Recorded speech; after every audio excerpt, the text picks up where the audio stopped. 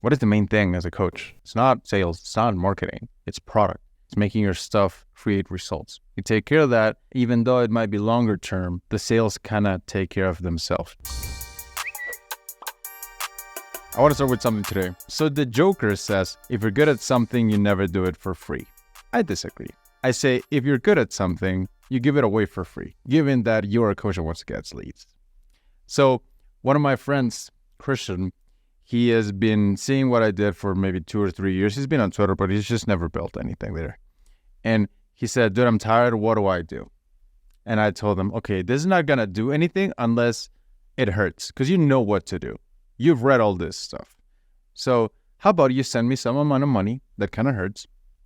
And then over the 30 days, if you complete the action that you promised yourself you'd take, which was outreach, I will send you 1/30 of that money back. But if you don't do it, then for that day, you don't get any money, right? So every day he does it, it's 1/30 plus to the money I have to return. Now, he's been doing this for like a week. And what I told him to do was exactly what I told you to do. Do free work, whatever it does, whatever it takes. Just do free work and ask for nothing in return. So he did free work for around 3 people. No, I'm kidding you. Maybe like 15 now. Out of those 15, he got 2 calls from that outbound approach. 15 DMs, 2 calls, not bad. People hop on those calls excited. They're grateful. They're like, dude, this is really good work. Thank you. What's your process look like? So the Joker says, you're good at something, never do it for free. I say, give it away for free. This is how you make the money. And I think this is a really cool approach. If you're just like, you're starting out, you're kind of seeing, okay, what am I good at? What do people value? Well, maybe do something for free. They will value that. It doesn't scale that well, but at the beginning, you got to do things that don't scale. So in a way, Christian, this is me congratulating you and telling everybody, this was really good. This is good stuff. So there you go. Give it away for free. You'll make money. Yeah, when I first started, when I was in the Cash Dojo, the Cash Dojo, because I know you changed the name a bunch. That was my low ticket community. By the way, best community ever. I wish it still existed. I don't. I was doing free trials, and I remember I had put it in the wins column. I was like, I just got 3 free trials, and it's interesting because even though they didn't turn into long-term clients, the screenshots that I acquired from those free trials of quote unquote testimonials, right? Like, I just got a couple leads from this. I made some money here. Those screenshots from those free trials kind of catapulted my content, social proof, into eventually getting paid clients, because in the DMs for paid clients, I was able to send those screenshots of those free clients, whether it was analytics, whether it was their cash wins, whether it was anything that they had gotten. So those free trials catapulted kind of my career as well. So first, and they're never going to ask, well, did they pay you? Like, they're never going to ask that. Yeah. But a quick one on that one. So when you got those clients for free, what was the pitch like? Because if somebody pitched me for free, just being honest, to me, it'd be like, okay, what's the catch? Yeah, so mine was, I actually did not pitch it for free. And maybe this is something that people can do when they're pitching something. I actually just pitched it the same way that I pitched the paid stuff. And then when they replied and they gave me a price objection, I would then give them, let me give you a free trial and show you that you're going to make money from this. They did not make money from it, but I got testimonials. You got your foot in the door, man. I got my foot in the door, and I got my skills up, which is the most important thing, is actually being good at stuff. My skills were up. I got some screenshot testimonials of wins, follower wins, analytic wins, etc., leads. And I was able to use that skill and experience to then get paid clients. Then I get actual results.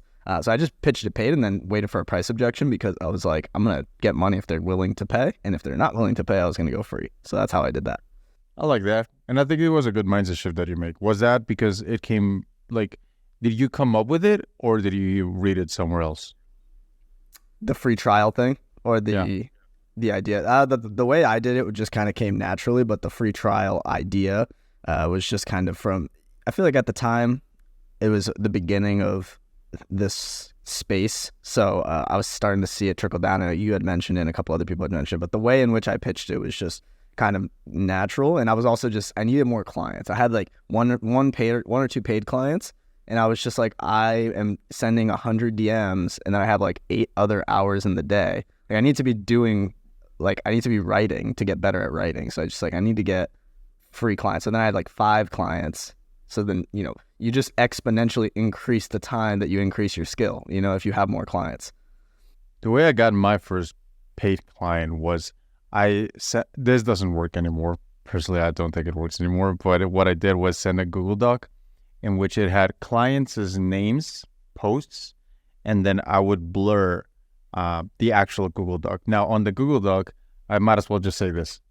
Just type in, just say fucking nothing. It was just random letters, but I blurred it so it looked like I had written something. And I said, hey, I wrote 5 posts for you. You're willing, you can use it if you'd like, right? Most people said no, but 2 or 3 said yes. And the moment I got the notification of yes, I just sat down and I started writing.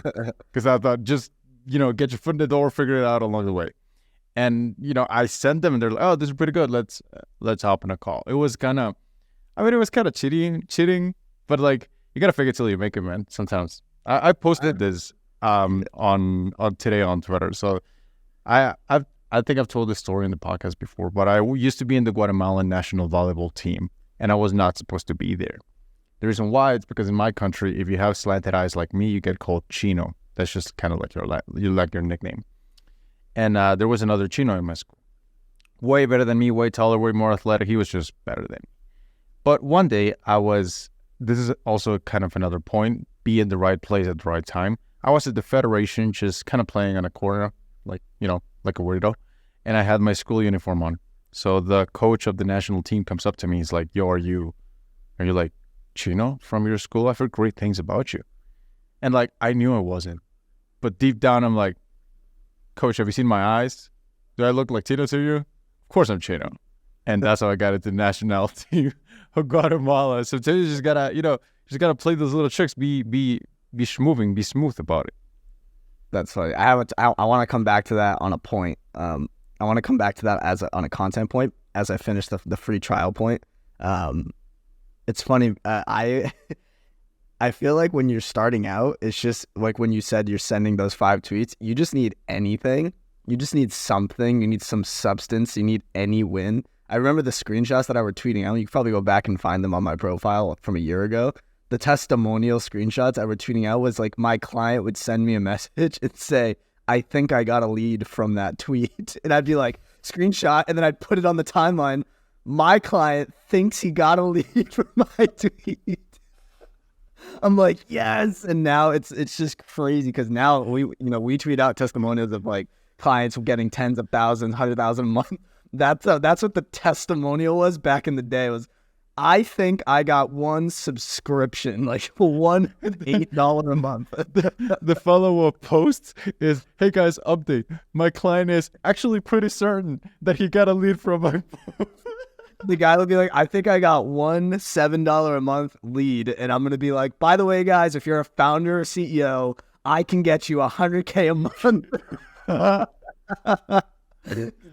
As you can see, I got $7.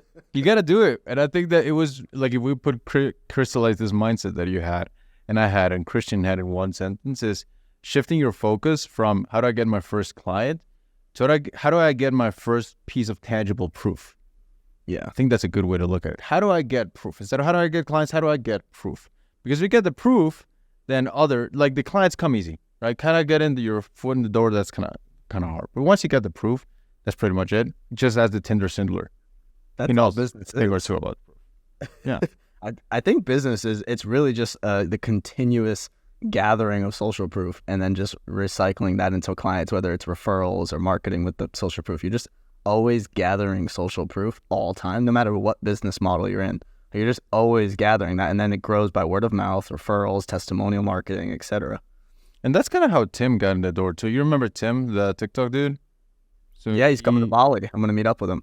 Oh, there you go. Nice. Yeah. Okay. Yeah. Well, so Tim, the TikTok dude, he sent free work for Sephora. Is it Sephora or Sephora? The jewelry. Sephora. Sephora. Okay, so Sephora. He said some free work. They ended up hiring him to like. He used to blast, "Hey, I work with Sephora. By the way, are you work for Sephora? That strategy, that's the one we use for Sephora." Just name dropping constantly. Yeah. And people are like, "Oh, that's cheesy," and like whatever. But it kind of works. It kind of works. Like it does play, which kind of leads me to think, Marcos, we should get more guests in this podcast. We should get more people inside. It's just you and me. We should get more we should get name drop. Yeah, we should totally do like the 1-on-2 kind of thing. It'd probably do really well, and we probably could come up with a good amount of questions and some good conversations. Yeah, you mean the threesome? We should totally. Yes. Is that what you mean? We should totally just do a threesome? Yeah. I can. Comment if you want to see someone on the podcast, and then we'll reach out to them with our cold DM strategy. That's right. That's right. We'll say, "Hey, you down for a threesome?" That's gonna be the subject line, and then we're gonna.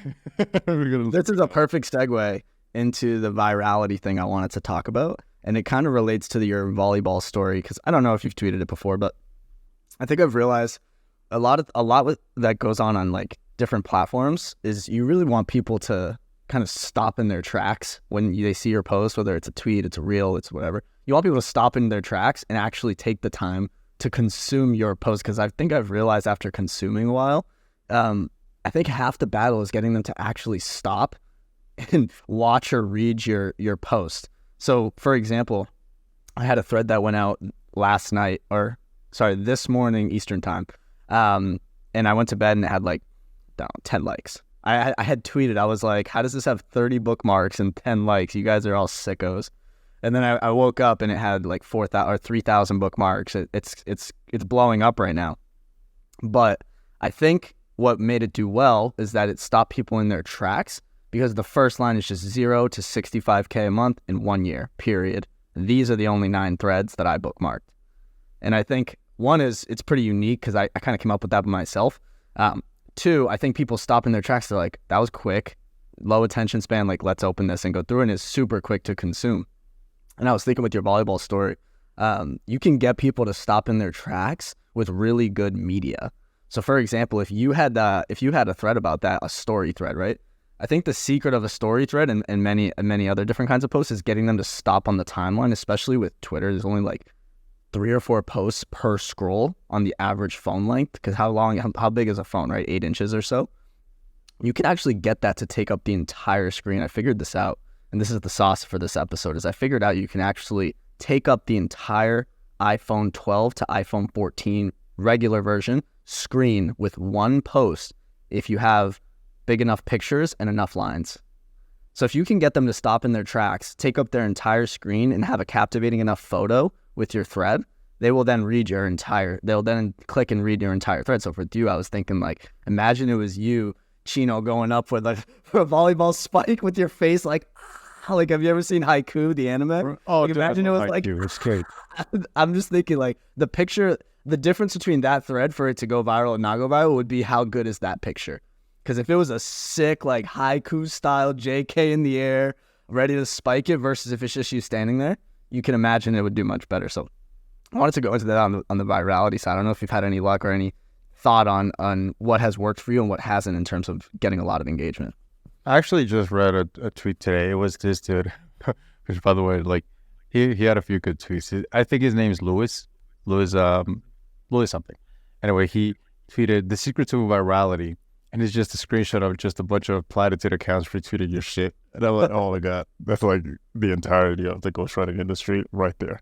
But he had another one which said, your long post, long form didn't go viral. Yeah, that's kind of what you deserve for making me want to read a novel. And I thought, oh, that's a good one. A lot of people are like, yeah, I give it a lot of value, but like the gift is really good, but I feel like people lack the wrapping of the thing. And I was talking about this today with a coach. I'm going to tell the story that Hormozy told, which was the ham and the garlic. So it's about this kid that has a dog with fleas, right? So he's complaining to his grandma, look, abuelita, like my dog has fleas. And the abuelita's like, oh, just give him garlic. Goes back, tries to give him garlic, won't eat it, then goes back to abuelita. It's like, I gave him the garlic, he didn't eat it. What do I do? And she says, oh, well, you just try to give him like that? You got to wrap it in ham. Wrap it in ham, and then he'll eat it. Goes back, wraps it in ham, dog eats it, and then he doesn't have any fleas. I feel like as coaches, just people who want to get clients. Like, we're really good at the garlic part of it. Like, we know our stuff works because it's worked on us. Like, we have evidence on that. But it's the wrapping that needs a lot of work sometimes. How do you craft a good hook? Personally, I put a lot of work in hooks. Just how to make your stuff interesting. I told this to a fitness coach the other day. I don't want to see any pictures of you at the gym. I want to see pictures of you at the beach, ride a motorcycle, drink a mojito, or two, take your girlfriend out. Like, just go travel the world and show that you're having fun. You don't sell fitness, you sell lifestyle. You sell lifestyle. And that is the wrapping. I feel like gifts are fine, and we've covered this on the podcast before. Like, go in as in-depth as you want. Just don't do it on the first line. The first one has to be baity.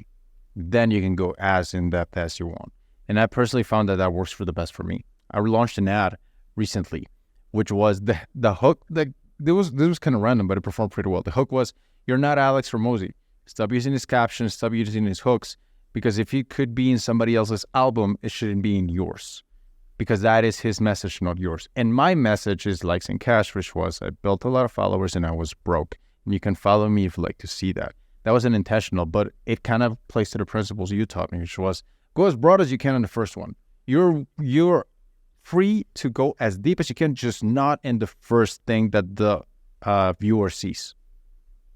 Yeah, I like that a lot. And I think that's part of, our battle a lot of times too, is if we take on coaches who are in a more saturated market, half the battle is finding an angle that makes you unique and kind of separates you from the pack. Because like you said, you're not just selling, for example, Amazon FBA. You're not just selling fitness. You're not just selling, how to build an agency. You're really selling what comes out of that. This is the actual lifestyle of it. I think for the fitness example, this Alex Feinberg does a good job on this. He always just tweets out like the amazing food that he's eating.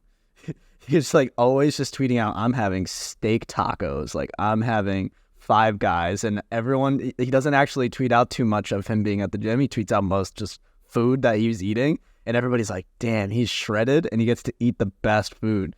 And that's what he's selling, right? He's selling the fact that you can eat the food that you like and still stay shredded year round.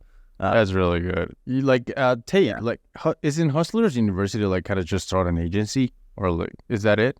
It's like it's more like a 101. It has like an intro course for every kind of online business, agency, drop shipping, trading, crypto, whatever. Oh, okay. Well, it's like, I didn't know anything about that. I just know that that's the garlic. The ham is you can be undertaken a top G, own a Bugatti and a bunch of models in Europe. Now that's what you lead with, the ham. Yeah. That actually reminds me, I wanted to ask you, as someone who just started a coaching, I would say just started relatively soon, within a year, right? Is there anything you do differently from now to when you started? Knowing what you know now, what would you change? Is there anything you'd do differently in your approach, maybe to grow faster because you grew pretty fast, or was it just something you would do different in general? Yeah, the main one was recently in July, we kind of had a shitty month, like a really bad month. And it was because we needed to take one step back because we went too fast and we skipped steps that we shouldn't have skipped. Just the basics, man, like the fundamentals. Who's our niche? Who's our target market? Who are we going for? What? And the main one, I'd say, if I could just, to anybody who's like, hey, I want to know the answer to this question, was when we had a coaching call with this guy called Tanner. Tanner's a style consultant. And the way he figures out your style is by asking you kind of deep questions about yourself and then to the style. It's not about like your skin color or whatever, but yourself. He asked someone, why would someone buy from you instead of the competition? And he just was fumbling. He couldn't answer. And I was like, oh, that's easy. And I was like, I don't have an answer. Like a succinct, very short answer that like hits. I didn't have that. And that's when it kind of was visible. Dude, this is why you had a shitty July.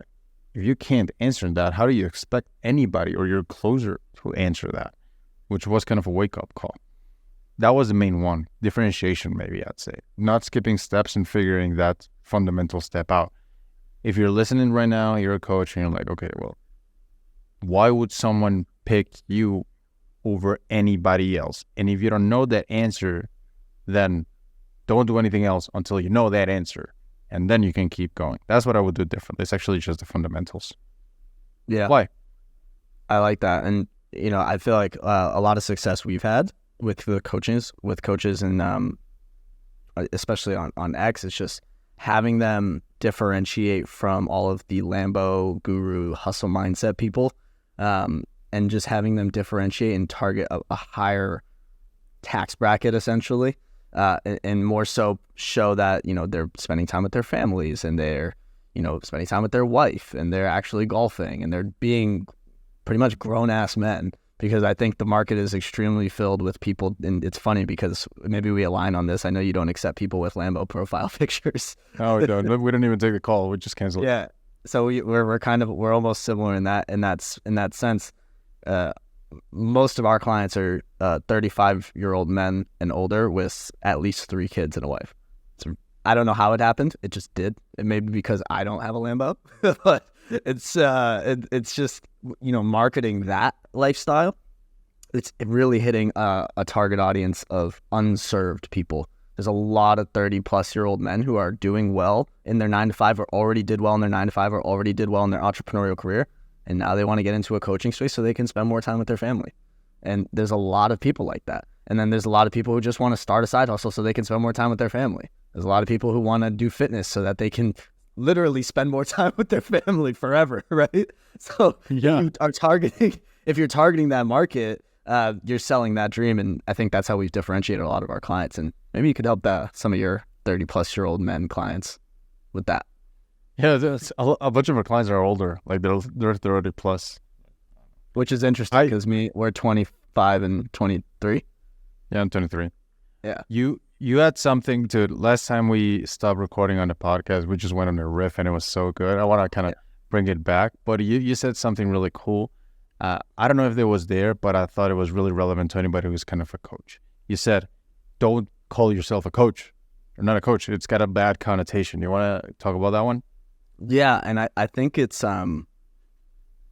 not that it's saturated, it's just not everybody wants a coach, right? Not everybody wants to be coached. Some people want to be consulted, some people want to be educated, and some people just want to take a course, right? And it's the same thing. It's the same thing to us because we're the marketers, but it's the packaging, right? It's the ham, and if you have garlic, you can wrap it in ham, you can wrap it in bacon, you can wrap it in beef, you can wrap it in chicken, and some people like chicken, and some people don't eat ham because some people are fucking Muslim, right? So you need to literally change the wrapping for different people, and that's important. So for me, if you go to my website, it says coaches, educators, coaches, course creators, and something else maybe, right? If you was it mentors? It might be mentors. I split tested it. So I've done mentors, I've done gurus, I've done educators. I took out gurus, I got bad feedback. Mentors, I didn't feel like you don't target enough people. I think a lot of people are looking for mentors. I don't think a lot of mentors are calling themselves mentors. So that's why I took out mentors. And I stuck on educators because I actually talked to some people who are out there in the info space creating courses, and he said, I'm an educator. So I went with that. Why not guru? So guru is interesting. One, because it targets the people who we just talked about, the Lambo guys. And I think the reason I had done it was a reverse psychology play. People don't want to be called gurus, so that's why I put it, because if they think it's them, they might be more likely to watch my VSL.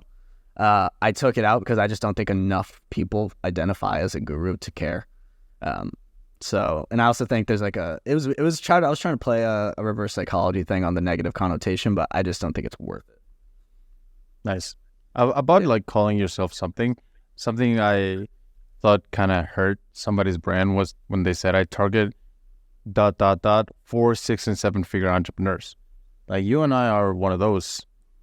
I don't think of myself as an X figure entrepreneur. I'm just like a dude running a program, so I feel like having that, it's kind of just a little thing, but having that at the end, I don't think it helps you, as it doesn't help when you have 4 busy people. Dennis said a really good point about this. Dennis DeMori. He said, everybody thinks they're busy. Adding that is literally just wasting pixels in your screen. So don't target 4 busy people. I thought that was smart. I do think that's interesting. And on that last point, just to wrap a bow on it, 2 other that I had thought of. One was experts, and I had seen an ad. Somebody said experts, and the last one would be influencers. And I think this one's interesting, and it's important because I think a lot of influencers are starting courses or some sort of education business on the side. People who already have an audience but don't know how to monetize it. So I think there's a lot of influencers that are kind of getting into the space. So I think that one's good. I've actually spoken to a handful of influencers, hundreds of thousands on YouTube that just have no idea what they're doing in online business, but they're really great at creating content, right? So that one's interesting. Send them over. Yeah, I got you. Yeah, that's what we do. Dude, I don't like being called an influencer. I think it's so cringe. Like, I would never refer to myself as I'm an influencer, right? But it's kind of hard. Like, I have a friend, and he's my DM appointment setter, and when he tries to explain it to people, it's kind of hard because he'll explain it the best he can, and people go, "Oh, so you're a community manager?" It's like, no, dude, I'm not a community fucking manager, right? And I'll try to explain what I do. So you're like, and people go, "Oh, JK, so you're like, that's kind of an influencer, right?" I'm like, "No, I'm not a fucking influencer. Like, I don't like the term. And it's lame." Like, I heard a Lobo tweet. It said, "I don't create content. Creating content's lame. I'm not here to create content. I'm here to spread a message." Like, that's nice. That's cool. That's cool. That's cool. It's kind of cool though. Yeah, it is cool. I have a message. My message, likes and cash. Every time I think about, okay, what am I going to talk about today? When I think about creating content, I create complete garbage. But when I think about how do I spread my message a different way, it's just a different theme. That's funny. I actually had that exact question to myself the other day. I was like, I don't want to create anything today, but I asked myself a different question about it, different than the message. I said, how can I help the people who I want to work with today? So I thought that was interesting, and I landed on some completely different answers than maybe how can I spread my message or how can I create content. It was how can I help my target audience today? I thought that was an interesting one. Which answers? Like, can you give an example of that before and after, how it changed it? Yeah. So for me, like, how can I create content? I landed on a lot of stuff like how can I get engagement? How can I ask questions to get replies? How can I write a viral hook? That's where I land there. When it's how can I spread my message, I land on very philosophical content. Things like how can I talk about the education space? How can I talk about creating courses? How can I talk about gurus? How can I talk about ego, which we'll get into? That's where I land when it's how can I spread my message. And then the next one, when it's how can I help my target audience, it's more tactical. How can I build a CRM? How can I use software to help me create tweets? How can I go viral and attract leads at the same time, right? That's how I land on that. So maybe we should be asking all three when we create content and have a split, but I thought it was interesting. I like the kind of things we're talking about here, which is the answers you get really depend on the quality of the questions you ask. How do I get clients? Wrong question. How do I get proof as a beginner? The right question. How do I create content as a creator? Wrong question. How do I spread my message? Right question. How do I get leads? Wrong question. How do I help my target audience today? Great question. It's about what you ask yourself. And eventually that leads to a lot, which is, I had this before in my whiteboard. I changed it to R likes cash just to, be on brand. But I had on my whiteboard, I write down product. And the reason why I write product, it's because I once heard a podcast from Shan Puri. He said, I'm really concerned with founders because I will ask them how much money they're making and they don't really know. Well, I always ask them how much they made last month. They don't really know. And I thought, man, these guys are not making the main thing. Now, this was another niche. This was like e-com or something. But that really resonated with me. And I thought, what is the main thing, right? Like, when it comes to this coaching thing, what is the main thing? Is it marketing? Is it sales? And I landed in product. I think product is the main thing. When I focused on marketing, I had my worst months. When I focused on product, I had my best months. I created less content even. I would create work for my clients. And those became the master classes that you see on YouTube. And I told my editor, bro, I didn't have any time to record a YouTube video, but can you just take this and upload it? He didn't edit it much. Boom. Most viewed video ever. And I thought that's when it really crystallized for me. what is the main thing as a coach? It's not sales, it's not marketing, it's product. It's making your stuff create results. You take care of that, and then even though it might be longer term, the sales kind of take care of themselves because people tell others about you. That's interesting. It's funny because I got asked recently by someone who's helping me that I know, who's a very large agency owner, and he had asked me, what do you think you're doing wrong, or what do you think is like the highest leverage thing you can be doing? And I was thinking about it. Actually, he had asked me, what behaviors do I think I should be changing? And I had answered, I think having a bursting pipeline has a ripple effect on my business. And I think it would be smart to have a bursting pipeline to improve all facets of my business. And he actually told me he thinks that's a misdiagnosis, and that what I should be focused on behaviorally is just improving the results that I get my clients at all times. And I thought that was an interesting misdiagnosis by me as maybe someone who's lower down the pipeline. I was just thinking to myself, man, I should have a bursting pipeline so I can get in higher quality clients and I can have the leverage. And he was like, no, just focus on getting results, product and results. And that's pretty much it. It's like, good. Yeah. Yeah. Yeah. Those are a few of the things that a lot of the people I really look up to, because a lot of the people I look up to, they have like different views on what they want to do. One guy just wants to disappear forever and have like 3 wives in his farm compound, and the other dude wants to be a trillionaire. It's like, it's very different, you know? But like, one thing that a lot of people do agree on is good dope sells itself. Focus on the product and the rest comes easy.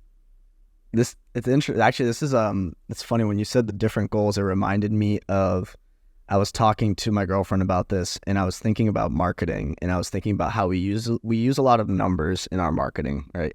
30K a month, 100K a month, 200K a month, whatever.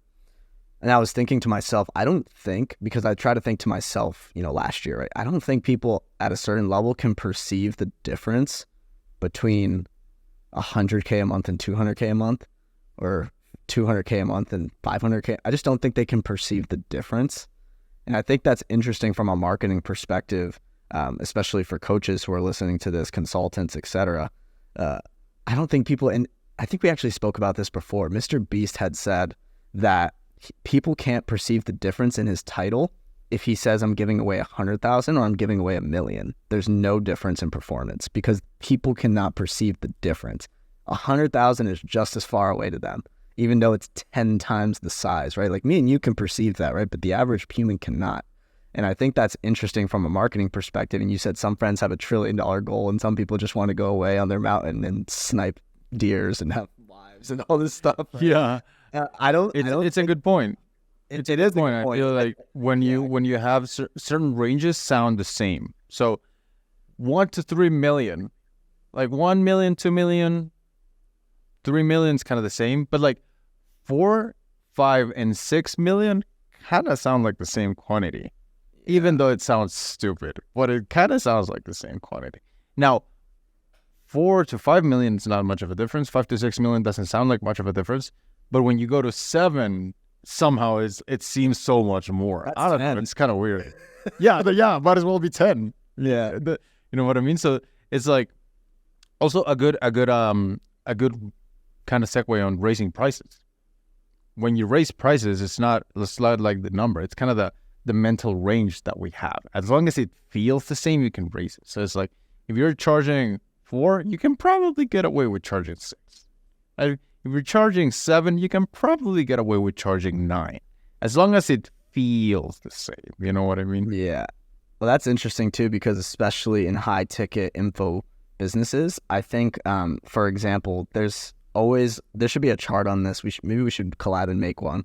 I think there's a pricing model here, and I think we could get data on it. But I think if you're going to sell at that 5K price point, right, you're better off going to 4,800 than being at 5K, because you're going to get so many extra sales by anchoring it down to that 4 number than the 5 number. It's going to sound so much lower than 5. But if you were to go to 5,200, you would sell significantly less than 4,800, and the difference would not be worth it. That extra $400 you wouldn't recoup that. And I think there's a model of pricing, whereas if you're a 5K offer, you should be at 4,800.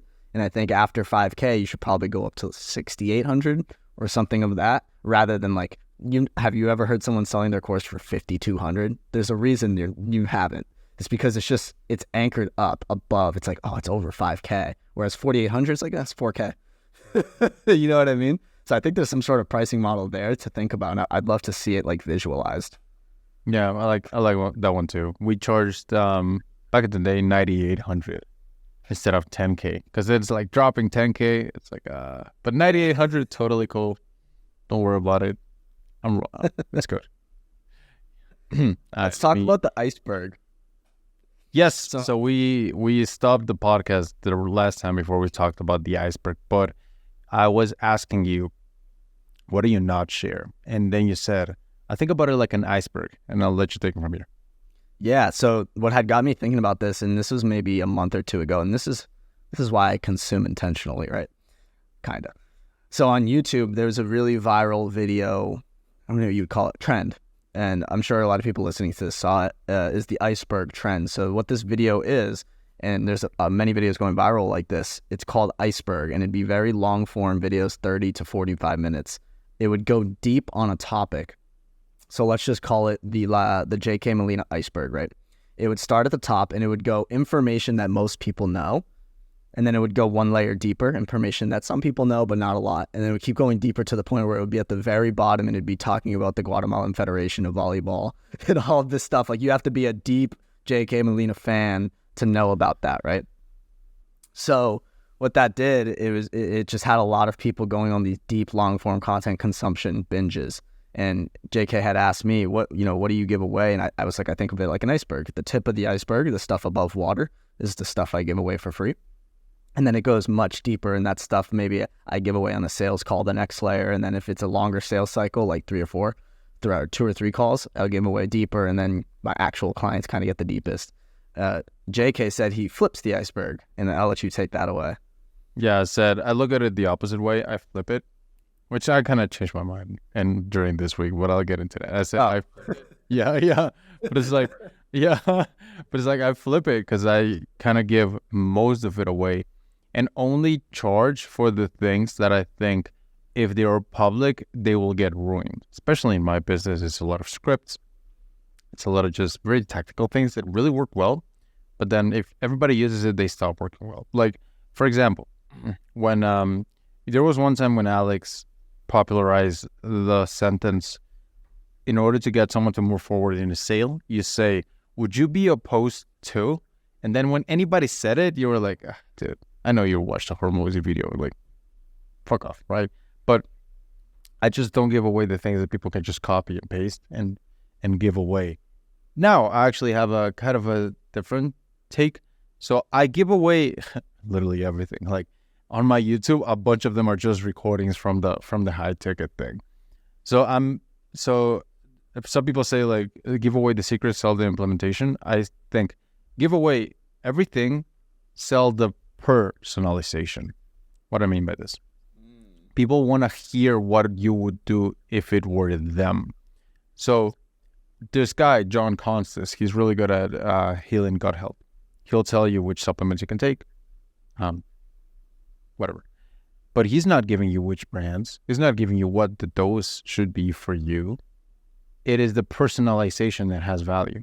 Every time we're hopping on a coaching call, I'm very careful not to give stuff that I have written before. So people would ask me a question. I will never respond with a high-level answer. Example, if you ask me, what's your content? If you ask me, do you have any advice for content? I would say, yeah, man, start with a broad hook, and then you just niche down and you relate it to your story. But if you were a coaching client, what I would ask is actually say, well, let's just revisit a thread. Can you send me a thread? And then I will rewrite them right there for them. So it is the personalization that people want. It is not what can you do, but can you do it for me that people want to see. This was really evident with Tanner, the style guy. He held a masterclass for style. And you could feel like people were kind of drifting off through the middle of it. When they were asking questions, you know how sometimes you ask a question and you're like, okay, makes sense. And people go, oh yeah, totally makes sense. But you can see in their eyes that it didn't make any fucking sense. Yeah. So he asked that, makes sense? They're like, yeah. And I said, Tanner, actually, can you go to his Instagram and see like what style would you recommend to them? It's like, oh, sure. He went there when he gave the style recommendations, their mind was blown away. They were like, oh my God. You know how sometimes on calls you go with, hey guys, anybody got any question? And nobody asks a question. The next question after he gave an example that was personalized, everybody was like, bro, can you do it for me? Can you do it for me? Can you do it for me? So you give away everything, but you sell the personalization. That's my personal philosophy to coaching, at least. I like that. That's interesting. I feel like the way I've always looked at it is the tip of the iceberg is just the things that people care about. And then the rest is the stuff that people care about if they pay me. But now that I think about it, when you mention the personalization, is like once they get on a sales call with us, a lot of the times we're showing them case studies, and it's usually, we use this script and this outreach method and this strategy and this content, but we'll customize it for you, right? Like we're going to do this for you. It's not like the people can't take the sales call and get all the information and then just take it and do it themselves, right? They can't. It's not possible. What we do for them is personalize a replicable strategy, right? That's kind of the whole point. So I didn't think of it that way, but now that you say it, I realize that's a lot of what we do. It's really just customizing a proven strategy, which is what you're doing. Right. People want to see it. Like, what would it look like for them? There's a reason why these AI tools. Remember there was one where you kind of uploaded some headshots and it pointed you as an astronaut and a desert cowboy and all that. So people love that, right? Yeah. You had like 2 or 3 profile pictures of my first 10K followers. I had an AI profile picture. Well, there you go. People love to see it when you would do it for them. And this is also kind of a good point for retention. Like, people don't want to hear what's already in the portal. People don't want to hear what you already posted. People are like, I paid you. What you would do if you were me? That's what I want. And I think that has a lot of value. Like, get people, when people ask you a question, that extra effort of asking them, can you clarify, or where do you want this to be applied? Can I see it? And doing it for them, miles better reception. It's like night and day. It's great. Speaking of if you would do it, if you were me, I wanted to talk about this ego dilemma. And I had seen, because I keep seeing people, it was blowing up last week, but we'll talk about it now. I don't know why it was going viral, but a bunch of people were tweeting that, Howard Mosey and Brunson and Becker, a lot of these people were saying to give it away for free, as you said, or some of them were saying don't build a personal brand because 99% of business owners are nobodies, right? I think Alex Becker had made the analogy that if you go and open your fridge or you open your cabinet, go and name the founder of any of those products. You can't. Hundreds of them. Can you name any of them? No. Do any of them have personal brands? No. So he was saying that. And then the rebuttal by all the people who are doing 50 to 100K a month, because they're so smart now. The 100K a monthers are geniuses because they're 100K a month, right? They were saying, oh, well, you built your fortune with a personal brand. Now you're telling people not to. Like, why would I listen? And I think it's a fallacy, because I think, the point of having a mentor, right, is that they tell you to do what they think is right based on their experience, not just what they did, right? And I think that's there's a straight line of thinking where people think, I want a mentor just to tell me what they did. And it's not always that easy, because at a certain level, your problems are less relatable. I remember you had said that to me. And I think you can't just have a mentor that's going to tell you what they did, copy paste, because they did it at a different time in a different landscape, right? If you told me what you did when you started ghostwriting 2 years ago and I go and do it now, do you think it's going to work the same? No. I want you to tell me what's best for me, right? If I'm a coach, I want you to tell me what's working now, not what worked for you a year ago. So I thought that was interesting. And I think there's a problem with a lot of people getting big. They'll get to their first 50K, 100K, sometimes even 10K a month. And you get an ego. And I think we both dealt with it, because I had an ego, and you always get an ego at every new level. It's important to have humility, because there's always someone bigger than you and always someone that wants what's best for you. I think a lot of people get a little bit of success and they just think they're always right. I don't know if you have any thoughts on that, if you've struggled with ego on any of this. All the time. Yeah. And I got to tell you how I kind of I'm not humble, right? But I'm humbler than I was yesterday. So I'm trying, right? I'm actually trying. But I like that because, and I don't know why this came to mind when you were saying that, but I was watching The Last Dance, the Jordan documentary. Mm-hmm. Jordan's playstyle changed from the first year in the NBA to the last. So the first year in the NBA, what kind of got into people's radar is that he used to just go in the middle of a double team, triple team, and just force a play and score. Mm-hmm. Like he would just brute force it, right? If you see his plays at the 97, 98 season, he took more shots. He used to shoot more instead of just trying to dunk all the time. And maybe it's because he learned a different approach to the game. Maybe he just learned that was more effective.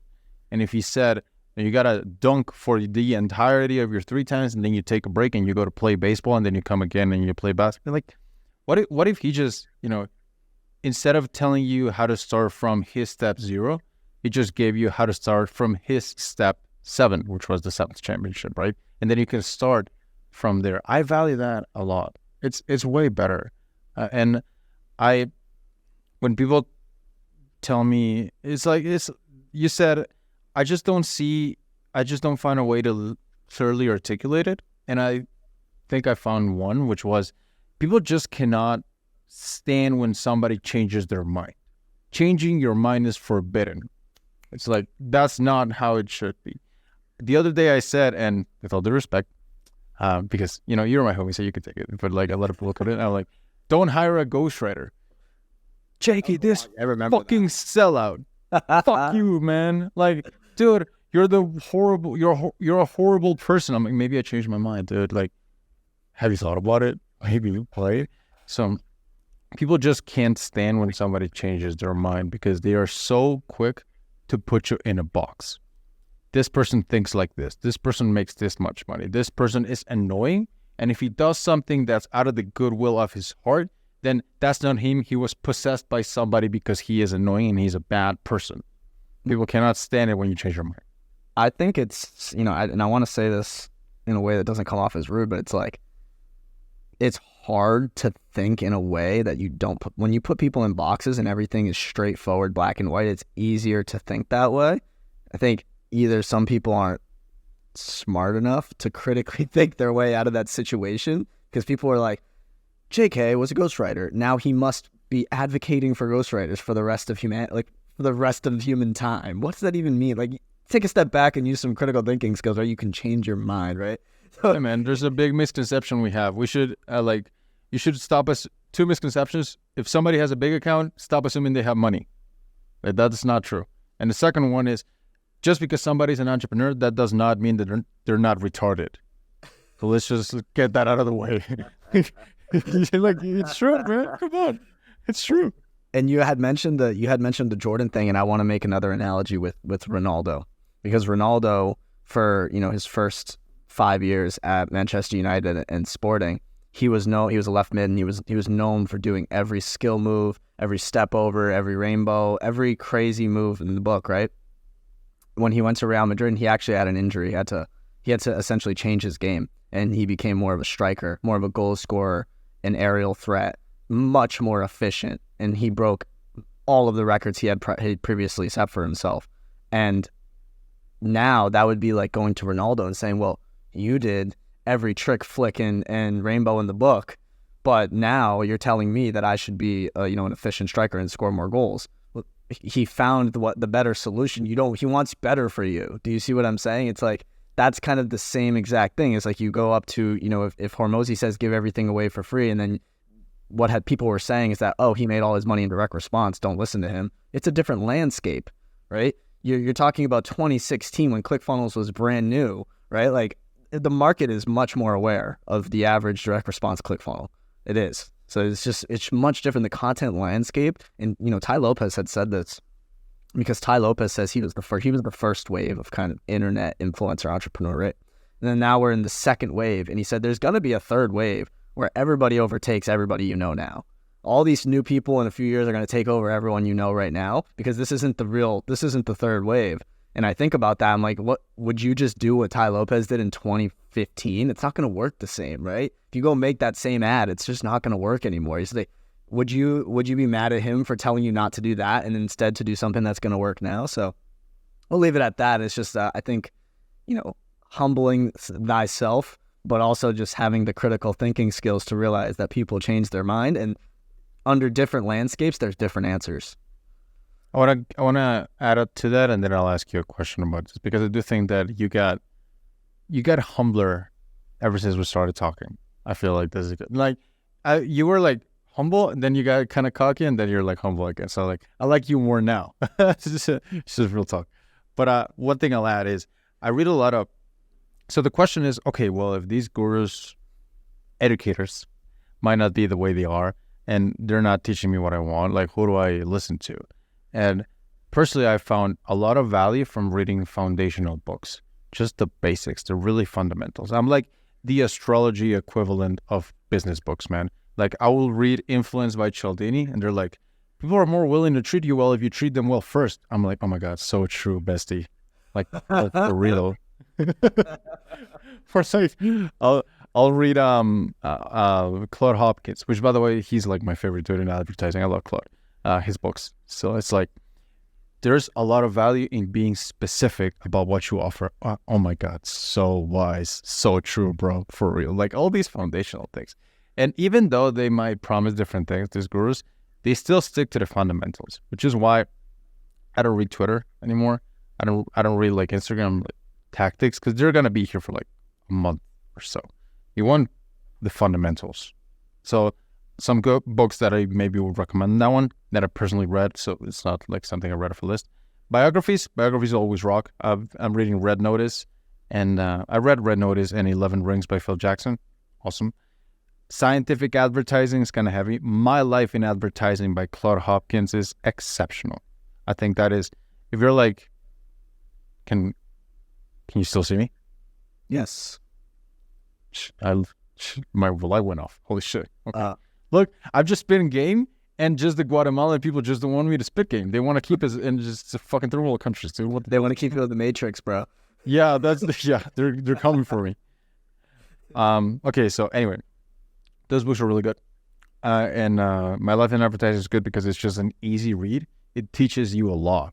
Like the Eminem story. Did you know the ad that made Eminem go ballistic? Have you heard about that ad? No. So that ad was, Eminem used to be a war candy, and soldiers had it in the trenches because they gave you energy and they tasted good. The guy loved Eminem so much. The soldier, he comes back to America. He goes to an agency, an advertiser, and he says, well, I have this candy. I like to just promote it. And he asked, what's special about this candy? Well, it's good. It's give you energy. We used it in the war. And he's like, okay. He was kind of fishing for a big idea. A big idea is like essentially in all of advertising. But there was one point at it which he said, you know, the cool thing about these candies is that they don't melt. Hold on. They melt in your mouth, but they don't melt in your hand. And that was the ad. That became the headline. These chocolates, they don't melt in your hand, but they'll melt in your mouth. And that's what made M&M's like, just fucking blow it off, right? Yeah, that's really good. I know, right? I'm a sucker for these big ideas. I'll do another one, and then I'll go back to the point. But it's like, I'm a sucker for going over products and thinking, what is the big idea? The reason why I bought my watch, I'm not a watch guy, but I bought an $8,000 watch. It's the Omega Speedmaster, because it's the first watch that went to the moon. Which, by the way, the moon landing didn't happen, but it's just still a good idea. That's funny because the watch that's in I have a collection folder of watches that I want to add to my one-day collection. Then I don't really have like cool watches, I don't have like crazy expensive ones. It's just cool ones. And one of them is the Tag. I'm gonna butcher it. Tag Heuer SpaceX 1887 limited edition, and it's really cool because it has like a SpaceX rocket blueprint on it. So that's funny that we aligned on that with watches. But there you go. Nice. Yeah. And the last big idea that I wanted to talk about is, bro, did you know that bone broth has 80 calories and 19 grams of protein? No, I did not know that. Dude, is that not crazy? That's the golden nugget from this podcast. Dude, yeah, I know, right? So, like, I was thinking, dude, like, this guy, I don't know if you're seeing this, Justin Mayers, you own Kettle and Fire, which is a DTC e-commerce brand. I've been trying to follow you, but you're just like, everything's private, so I can't message you. But, dude, your headline should be more protein than a shake, less calories than a shake, with none of the artificial bullshit of a shake. That's what your headline should be. Justin, DM me. Let's hook up. All right. This is the beginning of JK's new agency. Yeah, yeah. It's like, dude, when I tell people about that, the 19 grams and 80 calories, they go, dude, no way. I'm like, yes, right. Yeah, I know. I'm going to get some fucking bro broth. Let's go. Anyway, back to the point. You said ego, right? And I felt like you were really humble, you got cocky, and then you got humble again. I'm like, I've been progressively trying to go down. Sometimes I go, I'm just a fucking mess. But what was one point at which you got humbler? How did you get humbler? I think moving I'm doing a 5 to 6 month stint in Indonesia right now, and meeting people outside of the United States and outside of the little business bubble we're in made me humble. You meet people that are just, and maybe you already have this around you, but you meet people who are much happier than you with much less. And for example, I got a coconut water delivery because we're so cool. And he was waiting. We had our phones off because we're working. He was waiting outside for like 20 minutes with our coconut water, just standing there, just waiting. And I felt so bad. And I tried to give him a tip. I overpaid him. And he then waited outside for 10 more minutes, just waiting to give us our money back instead of just taking the extra, like $2 basically. And then I tried to give it him as a tip, and he just refused so heavily. And he was so happy. And we have people that come by and clean our pool and stuff, and they're always so happy. And this past weekend, for example, I was in Thailand. I just got back yesterday. And we were in Chiang Mai, and we did this cooking class with these locals, and they took us into their home, and they cooked for us. And they were so happy, just like on their little farm, cooking rice, cooking pad thai, all these things. And they were telling us how lucky we were to be able to travel and go to other countries. They were like, we saved up for so long, and we were able to go to Cambodia, which is the country right next to Thailand. And that's the only other country they'd been. And they were telling us how lucky we were. And it's like, we are lucky. And because you can travel at 10K a month. You could travel at 5K a month. You could travel at 3K a month. You know, we're hitting like 50, 60, 70, 100, 200. We're like, I need more. I need more. You don't need more. you just don't need more. So it's been really grounding the last 4 months, and we've been to Singapore, and we're gonna go to Cambodia, Vietnam, and all these places. So I would say it's made me. I feel more worldly, but I also feel more humble, and I don't ever want to take anything for granted, right? Because if my business cuts in half today, and you know what I mean? Like, I'm still so fortunate. So leaving New York City is part of that. So that's my answer. That was beautiful. It reminds me one time I was like 15 or 16. We used to run these campaigns in which we installed stone stoves in the middle of like Guatemala, just like nowhere, right? One time we drew 11 hours. It was kind of this valley, right? It was kind of like a bowl, right? And we would go in the mountains, no Wi-Fi, no electricity, no nothing. But we would just go there and install the stoves and a solar panel so they could have some light, right? Just a small solar panel with a few light bulbs. I remember I was complaining, man, because it was cold. I was tired. I was sweaty. I was dirty. And I thought, you know what? Fuck this. I don't want to be here. And I remember right when we were saying that, the kid goes to the solar panel. He finally starts working. He turns the light on. Now, mind you, this is like dirt floors. Like the walls are just like horn sticks just kind of like wrapped up together with a string. That was the house, right? They cooked in the same place, which is not a stove, by the way. It's just like wood and fire. In the same place they slept. It's soot all over the roof. And when we turned that light on, the kids just kind of started screaming. Some started crying. And they said, Mom, look at the light. We're rich. We're rich. And I felt like such a bitch. That's when I felt like so small. I thought, dude, why am I complaining about this thing? You realize that your world becomes kind of what you consume becomes your world. So if you're just in a little tiny internet space, that becomes your world. And then you measure success by their metrics. What if those are not your metrics? What if you use the real metrics, which was, do you have somewhere to eat? Do you have somewhere to shower?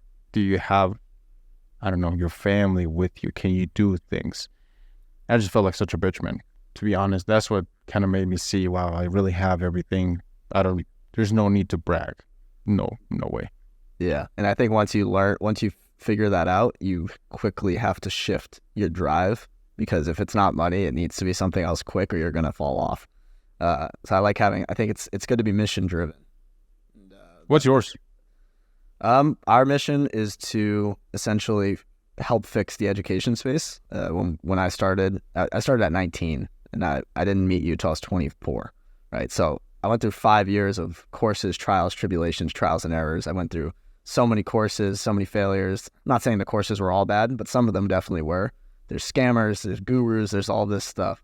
It's very hard, and there's beginners listening to this, it's very hard to trek through the amount of information and info products out there.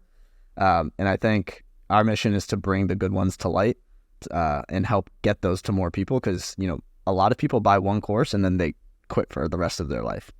Because if someone saves up for a year and they buy your course and you were a scammer, right? They're done. They're discouraged. They're done. That's the rest of their life. So I see us as controlling a lot of that space, and we can control essentially a ripple effect a lot of people's lives that way.